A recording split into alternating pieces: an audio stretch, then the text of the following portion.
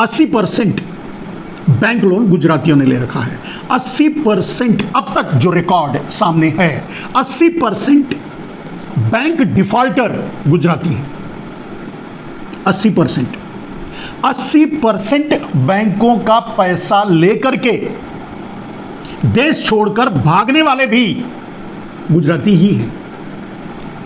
80% financial well organised crime करने वाले institutional और बैंकिंग व्यवस्था से गुजराती हैं। यानी 80% फाइनेंशियल क्रिमिनल गुजराती हैं। और जब 80% देश की संपत्ति पर गुजरातियों का कब्जा है, ये सामने है। लेकिन मैं समझता हूं 1, 2 या 5% भी गुजराती इलेक्टोरल बॉन्ड खरीद के नहीं दिए हैं। आखिर बात क्या है?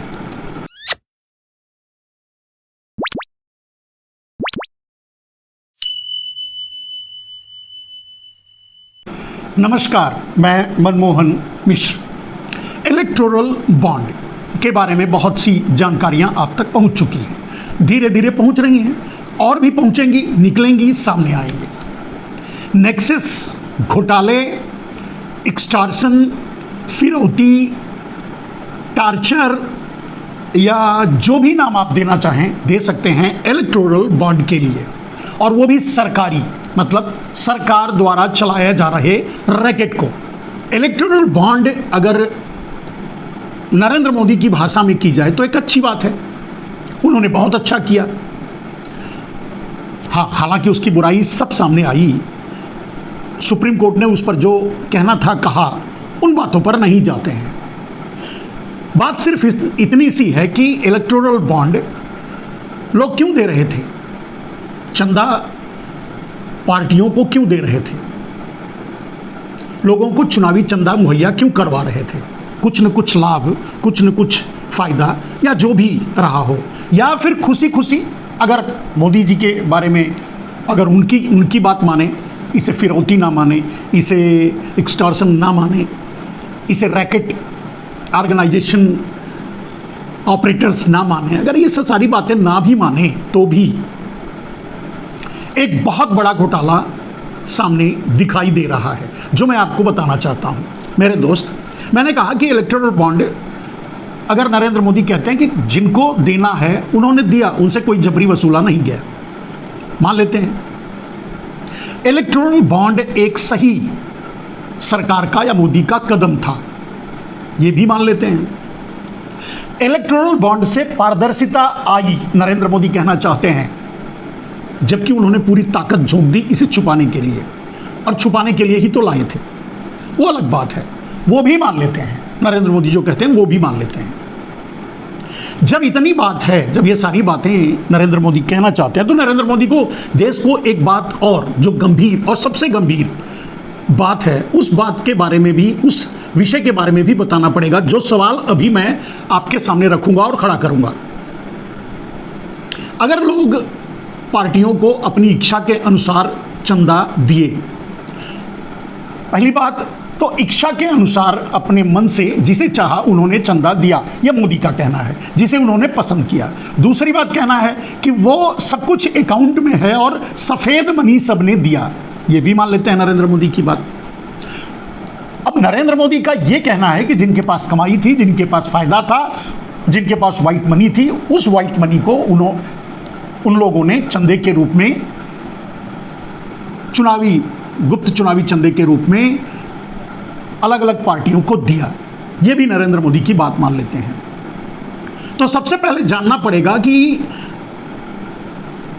देश के 80% देश के 80% संपत्ति पर, खनिज पदार्थ या जिस भी तरह की चल और अचल संपत्ति, देश के 80% बिजनेस और संपत्ति पर किसका कब्जा है? तो आपके सामने यही उत्तर आएगा कि गुजरातियों का, गुजरात का। दूसरी बात, बैंकों से लोन लेने वाले 80% गुजराती हैं। मतलब बैंकों ने जो लोन दिया है 80% गुजरातियों को लोन दिया है। यह अपुष्ट जानकारी है, यह जांच का विषय है, यह मेरा अनुमान है, इसे आप समझने की कोशिश कीजिए। क्योंकि बैंक और सरकार दोनों ने 500 करोड़ से ऊपर, संभवतः यही है, 500 करोड़ से ऊपर जिन्होंने लोन लिया है उनका नाम तक बताने के लिए सरकार तैयार नहीं है। लेकिन जो सामने दिखाई दे रहा है प्रत्यक्ष दृष्टिया, वो प्रथम दृष्टिया प्रत्यक्ष रूप से वो यही है कि 80% बैंक लोन गुजरातियों ने ले रखा है। कुछ गुजरातियों ने, ये सारे गुजरातियों की बात नहीं है और ना ही सारे गुजरातियों के बारे में बात और ये डेटा कहा जा रहा है, सिर्फ कुछ गुजरातियों के बारे में कहा जा रहा है जो नरेंद्र मोदी के इर्द गिर्द या साथ या आगे पीछे रहते हैं। 80% बैंक लोन गुजरातियों ने ले रखा है। 80% अब तक जो रिकॉर्ड सामने है, 80% बैंक डिफॉल्टर गुजराती हैं। 80% बैंकों का पैसा लेकर के देश छोड़कर भागने वाले भी गुजराती ही हैं। मतलब जो पैसा लेकर के हिसाब नहीं दिया और उस पैसे के कारण, बैंक लोन के कारण या इंस्टीट्यूशनल लोन के कारण देश छोड़कर भाग खड़े हुए, वो 80% गुजराती हैं। 80% फाइनेंशियल वेल ऑर्गेनाइज्ड क्राइम करने वाले इंस्टीट्यूशनल और बैंकिंग व्यवस्था से गुजराती हैं। यानी 80% फाइनेंशियल क्रिमिनल गुजराती हैं। सारे गुजरातियों की बात नहीं हो रही है, किसी को इसमें गलत नहीं लगना चाहिए। और जब 80% देश की संपत्ति पर गुजरातियों का कब्जा है, ये सामने है। लेकिन मैं समझता हूं 1, 2 या 5% भी गुजराती इलेक्टोरल बॉन्ड खरीद के नहीं दिए हैं। आखिर बात क्या है? और अगर इस पर नरेंद्र मोदी सफाई देना चाहें या कोई और सफाई देना चाहे या भारतीय जनता पार्टी के लोग सफाई देना चाहें, तो उन्हें भी एक बार रुक करके, ठहर करके, सोच करके बोलना पड़ेगा। आखिर क्यों? भाई लोग कमा रहे हैं, कमाने वाले कमा रहे हैं और कमाने वाले स्वेच्छा से इलेक्टोरल बॉन्ड दिया पार्टियों को, जिसको उनका मन किया। भारतीय जनता पार्टी को भी, नरेंद्र मोदी गुजरात से आते हैं, भारतीय जनता पार्टी को भी 1000, 2000 नड्डा और अमित शाह और नरेंद्र मोदी चंदा भले दिए हैं, रसीद कटवा कर सार्वजनिक किए हैं, लेकिन इलेक्टोरल बॉन्ड खरीद करके इनके भगोड़े या इनके साथ रह करके अभी भी लूटने वाले गुजराती, इनके भाई बंद, किसी ने इलेक्टोरल बॉन्ड क्यों नहीं खरीदा? क्या यह सवाल आपके मन में आता है या नहीं आता है? क्या यह सवाल भारतीय जनता पार्टी के पूरी पार्टी से मैं सवाल करता हूं, क्या आपके मन में यह सवाल नहीं उठता है? क्या आप इसका उत्तर बता सकते हैं कि ऐसा क्यों हुआ? क्या सारे गुजरात के व्यापारी पैसे नहीं कमा रहे हैं? उनके पास कमाई नहीं है, या उनके पास स्वेच्छा से देने की इच्छा नहीं है, या उनके पास व्हाइट मनी नहीं है? मतलब नरेंद्र मोदी ने कहा ना कि व्हाइट मनी लोगों ने अपनी इच्छा से जिसको चाहा उसको दिया, इलेक्टोरल बॉन्ड कम से कम अगर वो मानते हैं, आप भी मानते हैं, तो क्या उनके पास व्हाइट मनी नहीं है? सारी की सारी ब्लैक मनी है। वैसे 80% भारत का काला धन, चाहे भारत में या चाहे विदेश में हो, 80% भारत का काला धन गुजरातियों के पास है। तो अब काला धन भी है तब भी नहीं दे रहे हैं, सफेद है तब भी नहीं दे रहे हैं, कमा रहे हैं तब भी नहीं दे रहे हैं, मोदी के प्रदेश से आते हैं तब भी नहीं दे रहे हैं, मोदी को प्रधानमंत्री बनाना है, मोदी को चाहने वाले हैं तब भी नहीं दे रहे हैं, मोदी के मित्र, घनिष्ठ मित्र हैं तब भी नहीं दे रहे हैं। आखिर क्यों? इस क्यों का जवाब आपके पास क्या है? और सबसे बड़ी बात, इनमें से किसी के पास, यानी गुजराती जो बैंकों को डिफॉल्ट कर चुके हैं, बैंकों को डिफॉल्ट करके भाग चुके हैं, बैंकों से पैसा लेकर बैठे हैं, खा रहे हैं, मौज कर रहे हैं, ऐश कर रहे हैं, वेलफुल डिफॉल्टर बन रहे हैं, एक इधर का पैसा उधर लगा रहे हैं, किसी के यहां ईडी, सीबीआई, आईटी क्यों नहीं जा रही है? ये आखिर फुल प्रूफ सारे जो फ्रॉड हैं उनके बारे में बात कर रहा हूं, जो फ्रॉड हैं, जो सिस्टम को ठगा है, जो लूटा है, या जो ब्लैक मनी का इस्तेमाल कर रहे हैं, या जिनके पास ब्लैक मनी है, आखिर इनके पास ईडी, सीबीआई, आईटी क्यों नहीं जा रही है? क्या ये इनके पास ब्लैक मनी नहीं है? क्या ये कमा भी नहीं रहे हैं कि चंदा ही दे दें इलेक्टोरल बॉन्ड के रूप में नरेंद्र मोदी को ही, किसी और को नहीं, और को छोड़ दीजिए।